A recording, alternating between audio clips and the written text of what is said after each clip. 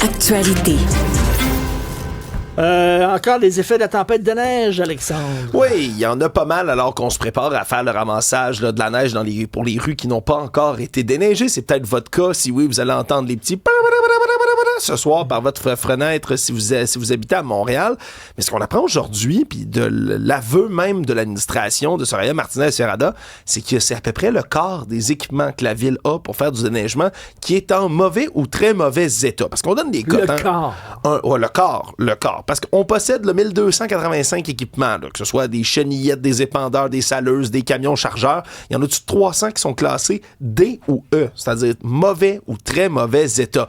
Ils fonctionnent encore, nous dit-on, mais ils sont en fin de vie. Il va falloir les remplacer de manière incessante. Le problème, là, c'est qu'on en a mis moins que prévu cette année en circulation, que le dernier budget de la Ville de Montréal qui a été présenté il y a 2 semaines, c'est moins d'argent. Là. C'était 45 millions l'an passé qu'on voulait mettre. Maintenant, c'est 18 millions de dollars, dont 12,6 seulement pour les équipements de déneigement qui vont être à remplacer. Donc, on a quand même certains enjeux, alors que ça coûte toujours de plus en plus cher à ramasser la neige. Moi, j'ai aimé cette statistique-là. Je trouvais ça assez fou, merci.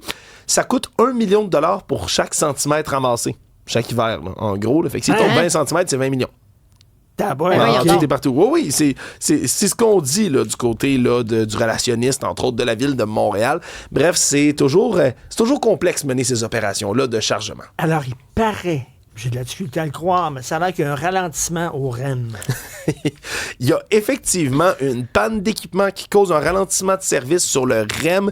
C'était une problématique là, en fin d'avant-midi. Là, juste avant midi, c'était toujours pas réparé, puis il n'y avait pas de guide à savoir vers quelle heure on allait reprendre les activités du côté du REM. Et le problème, c'est que c'est la 4e perturbation, là, qu'on parle d'interruption de service ou de ralentissement d'au-dessus de 20 minutes en 6 jours. Ça fait 4 fois en 6 jours qu'on a des problèmes là, du côté du REM. On parle du REM, du nouveau REM, pas la... Entre station Bois-Franc et Côte-de-Liesse, tout à fait. Donc, on a... Est-ce que le froid est vraiment la cause première de ça? La nature du problème n'a pas été communiquée cette fois-ci. Et Hydro-Québec aussi, qui travaille d'arrache-pied aujourd'hui, parce qu'il y a encore, croyez-le ou non, 500 foyers, vers 1 heure aujourd'hui, là, quand on a vérifié, 500 foyers qui étaient toujours sans électricité, là, et qui le sont souvent depuis samedi ou dimanche. Là. Ça veut dire que c'est extrêmement long reconnecter ces foyers-là. Mais ce qu'on dit du côté d'Hydro-Québec, c'est parce que les autres maisons autour, on a rétabli l'électricité, il y était des milliers à pas en avoir, mais c'est que ces maisons-là doivent chauffer la maison à nouveau. Là. Tu pars comme de zéro, il fait très froid, donc tu chauffes, et ils consomment beaucoup d'électricité dans ces quartiers-là pour comme repartir la machine, et ça fait en sorte qu'on a de la difficulté à réalimenter d'autres résidences dans ces secteurs-là.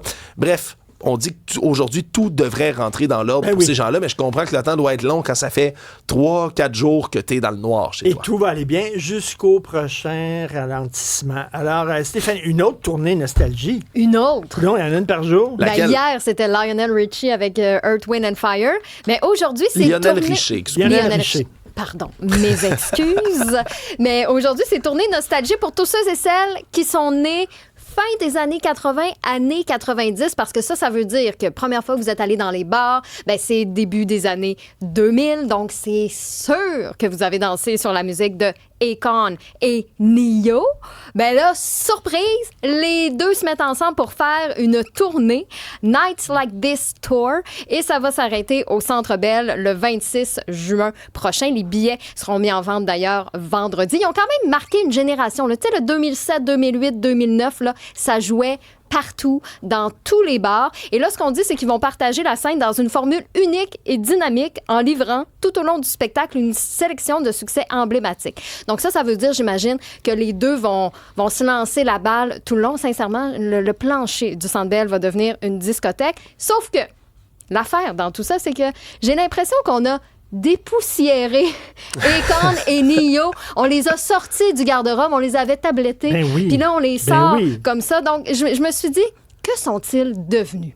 Donc, Ne-Yo, on s'en souvient entre autres pour ce grand succès.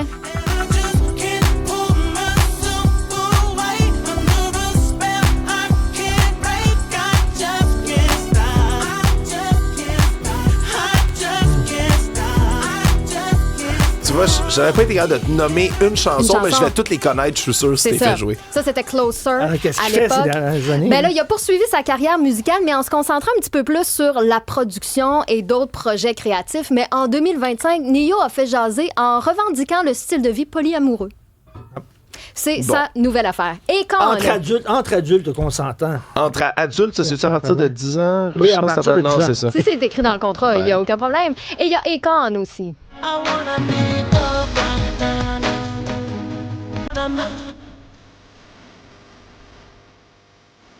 Reconverti en homme d'affaires et entrepreneur. Et il fait aussi des publications discutables sur Facebook. Ça, c'est une autre chose. Mais homme d'affaires en Afrique. Akon est né aux États-Unis. Akon City, mais il a grandi au Sénégal. Et oui, Akon City, il avait lancé ce projet-là futuriste. Akon City c'était un projet de 6 milliards de dollars, mais il avait aussi lancé sa propre crypto-monnaie, le A-Coin. Le A-Coin. Moi, ça. Écoute, ma chaîne a débarqué quand j'ai vu ça. Mais le projet a été abandonné finalement en juillet dernier, faute de financement. Donc peut-être qu'on s'est dit, hey, on va faire une tournée, on va aller chercher un petit peu d'argent pour financer nos projets.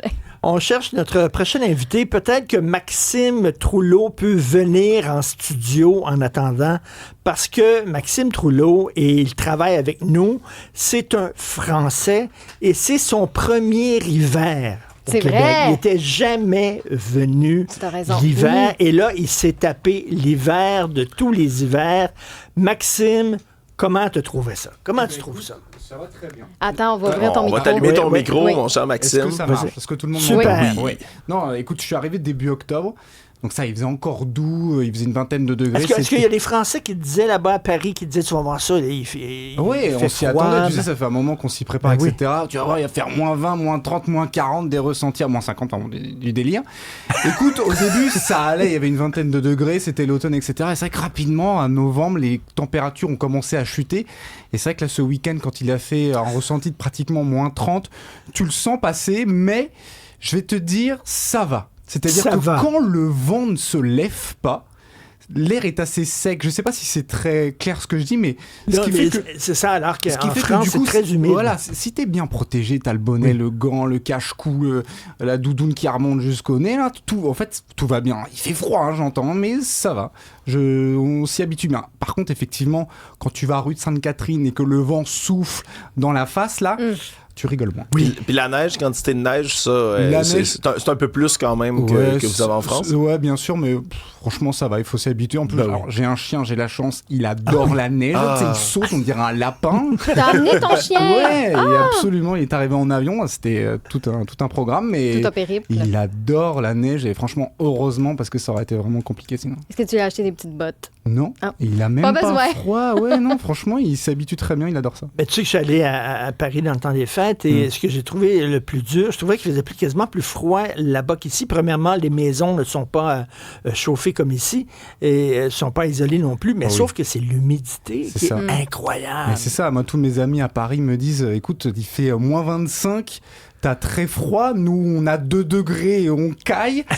C'est pas le même air. Je sais pas comment l'expliquer, mais c'est vraiment plus agréable. C'est peut-être pas le bon terme, mais en tout cas on s'en sort mieux avec ces températures. Ça a créé des réactions. On a Étienne sur la messagerie texte qui dit, lui, à l'époque, il y avait une coloc espagnole et que son premier hiver, même avec des mitaines, elle lui disait qu'elle gelait des mains tellement mal. Elle disait que ses mains allaient fendre en deux. Donc, c'est vrai que la chance qu'on a, c'est que la différence entre Paris et Madrid, quand même. C'est ça. Mais c'est vrai que nos hivers sont froids, mais évidemment, il n'y a pas les températures de Montréal. OK, mais t'as peut-être encore rien vu. C'est pas terminé.